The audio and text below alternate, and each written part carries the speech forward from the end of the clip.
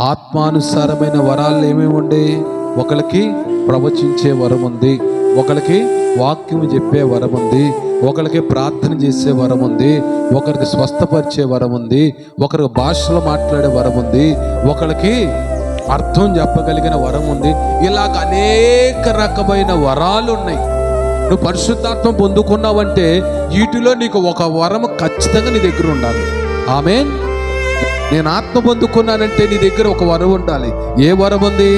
వాక్యం చెప్పగలుగుతావా? ప్రార్థన చేయగలుగుతావా? పరిచర్య చేయగలుగుతావా? దేవుని సన్నిధిలో భాషలో మాట్లాడగలుగుతున్నావా? ఏం పొందుకున్నావు? దేవుడిచ్చే వరాలు ఇవే. ఈ ఐశ్వర్యం నువ్వు పొందుకోవాలి. ఇచ్చిన ఈ ఐశ్వర్యము చేత దేవుడు నిన్ను అభిషేకిస్తాడు. నిన్ను బాగొట్టుకుంటే, ఏ వరము నాకు వద్దనుకుంటే నీ జీవితంలో ఏ మేలు కనపడదు. ఆమేన్. హల్లెలూయా. నీకు ఇవ్వబడిన వరముతో చాలా జాగ్రత్తగా నీవు ఉంటే అనేకమైన మేలు పొందుకుంటావు. ఇవ్వబడిన వరముతో ఆశీర్వదించబడిన చాలా మంది ఉన్నారు.